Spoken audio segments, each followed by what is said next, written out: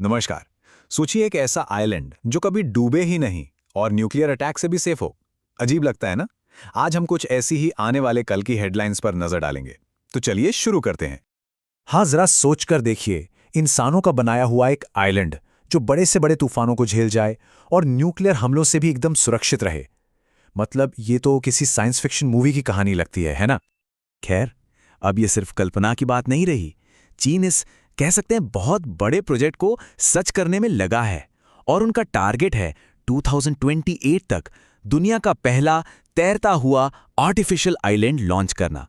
ये इंजीनियरिंग का एक ऐसा कमाल होने वाला है जो शायद दुनिया ने पहले कभी देखा ही नहीं। लेकिन रुकिए, ये सिर्फ एक तैरता हुआ प्लेटफॉर्म नहीं है। इसकी जो खासियतें हैं वो तो हैरान कर देने वाली हैं।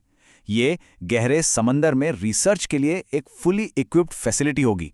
इसे हर मौसम में लंबे समय तक टिकने के लिए बनाया गया है और सबसे खास बात, इसमें एक न्यूक्लियर प्रूफ बंकर भी होगा। तो जाहिर सी बात है, ये सिर्फ साइंस के लिए नहीं है बल्कि स्ट्रेटेजिकली भी एक बहुत बड़ा कदम है। तो भविष्य दो जगहों पर बन रहा है। एक तरफ समंदर में इस तरह की विशाल इंजीनियरिंग से और दूसरी तरफ हमारी क्लासरूम्स में। आइए देखते हैं कैसे। तो एक तरफ तो चीन जैसे देश हैं जो समंदर पर भविष्य बना रहे हैं, इंजीनियरिंग की सारी हदें पार कर रहे हैं। और वहीं दूसरी तरफ भविष्य की असली नींव रखी जा रही है हमारी क्लासरूम्स में, जहां अगली पीढ़ी को तैयार किया जा रहा है। और इसका एक बहुत ही बढ़िया उदाहरण हमें भारत के तमिलनाडु में देखने को मिलता है। यहाँ डिजी रिवू नाम से एक नई पहल शुरू हुई है। इसका सीधा सा मकसद है नई पीढ़ी को टेक्नोलॉजी से मजबूत बनाना। ये जो पहल है, ये सैमसंग, यूएन और वहाँ की लोकल गवर्नमेंट के बीच एक बड़ी पार्टनरशिप है। लक्ष्य क्या है?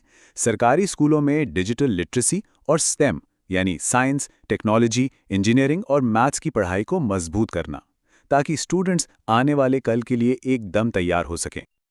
अब आगे बढ़ते हैं और देखते हैं कि इंडिया ग्लोबल स्टेज पर फाइनेंस, डिप्लोमेसी और डिफेंस में क्या कर रहा है। तो सबसे पहले बात फाइनेंस की। आरबीआई यानी रिजर्व बैंक ऑफ इंडिया ने यूरोजोन के पेमेंट सिस्टम TIPS के साथ एक डील की है। ये भारत के अपने यूपीआई को दुनिया भर में फैलाने के लिए एक बहुत बड़ा कदम है। अच्छा, तो इससे फर्क क्या पड़ेगा? इससे इंडिया और यूरोजोन के बीच इंटरनेशनल पेमेंट बहुत तेज हो जाएंगे। सोचिए, बस 10 सेकंड से भी कम में पैसे ट्रांसफर। ये सच में यूपीआई के लिए एक गेम चेंजर साबित हो सकता है। लेकिन देखिए, इंटरनेशनल स्टेज पर हमेशा सब अच्छा ही नहीं होता, चुनौतियां भी आती हैं।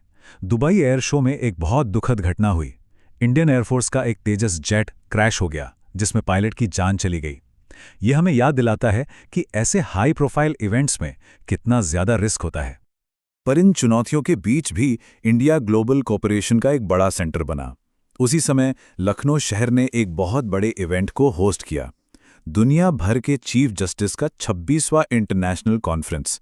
ये डिप्लोमेसी का एक बहुत बड़ा मंच था और ये कोई छोटा मोटा आयोजन नहीं था। इसमें 53 देशों के चीफ जस्टिस शामिल हुए और टॉपिक भी बहुत जरूरी था, यूनाइटेड नेशंस और उसके चार्टर पर एक नया नजरिया।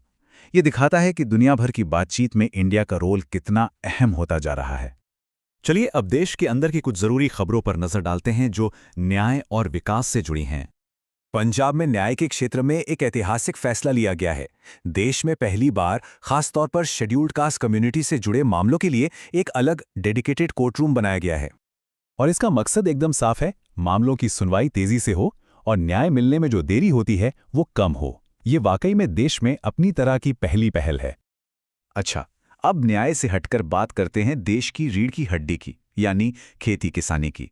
तो सवाल यह है कि इस साल इंडिया ने कुल कितना अनाज पैदा किया? तो आंकड़ा है 357.73 मिलियन टन। जी हां, 3.5 करोड़ 77 लाख टन से भी ज्यादा। ये 2024-25 के लिए फसल उत्पादन का फाइनल आंकड़ा है। ये सच में एक बहुत बड़ा नंबर है। अब इस नंबर को सही से समझने के लिए चलो थोड़ा पीछे चलते हैं, करीब 10 साल। 2015-16 में ये प्रोडक्शन करीब 251 मिलियन टन था और आज ये 357 मिलियन टन के पार है। मतलब पिछले दशक में एक जबरदस्त ग्रोथ देखने को मिली है। और चलिए आखिर में बात करते हैं उन चैंपियंस की जिन्होंने अपनी मेहनत से देश का नाम रोशन किया है। एक तरफ बैडमिंटन में लक्ष्य सेन ने सिडनी में 2025 ऑस्ट्रेलियन ओपन का मेंस सिंगल्स टाइटल जीता, तो वहीं दूसरी तरफ चेस की दुनिया में ईशा शर्मा इंडिया की 27वीं वुमेन ग्रैंड मास्टर बन गई हैं। ये चेस में एक बहुत बड़ा सम्मान है। इन सारी अचीवमेंट्स को देखते हुए एक बात बिल्कुल सटीक बैठती है। सपना एक देखोगे, मुश्किलें हजार आएंगी, लेकिन वो मंजर बड़ा खूबसूरत होगा जब कामयाबी शोर मचाएगी। ये लाइन हमें याद दिलाती है कि हर बड़ी कामयाबी के पीछे एक लंबा और मुश्किल सफ़र होता है।